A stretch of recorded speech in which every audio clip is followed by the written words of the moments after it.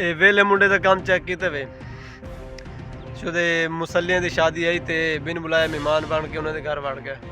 ਉਹਨਾਂ ਦੇ ਇੱਜ਼ਤਾਂ ਦੀ ਵੀਡੀਓ ਬਣਾਉਂਦਾ ਰਹਿ ਗਿਆ। ਉਹਨਾਂ ਦੇ ਕੱਟੇ ਝੁਮਰ ਮਰਿਆਦਾ ਰਹਿ ਗਿਆ। ਕਈ ਕੋ ਸੋਤ ਕਈ ਕੋ ਮੁਲੇ ਕਈ ਕੋ ਮਾਸੀ ਬੜੀ ਖੜਾਈ ਹੈ। ਹੁਣ ਜਿਲੇ ਦੀ ਆਪਣੀ ਸ਼ਾਦੀ थी है कहीं को नहीं से सड़िया उन्हें को अपना समझ के अपनी खुशी शरीक किते लेकिन ये सिर्फ फेम ते व्यू के पिछे उन्हें दी वीडियो बनाता रह गए। बस हुण जिले दी अपनी शादी थी है ये खाली क्योंकि वो इन्हें अपने क्या ना ये तो खाली फेम ते व्यू के खातिर उन्हें दी इज्जत दी वीडियो बनाता रह गए। उन्हें दे कट्टे जो मरी मरिया रह गए।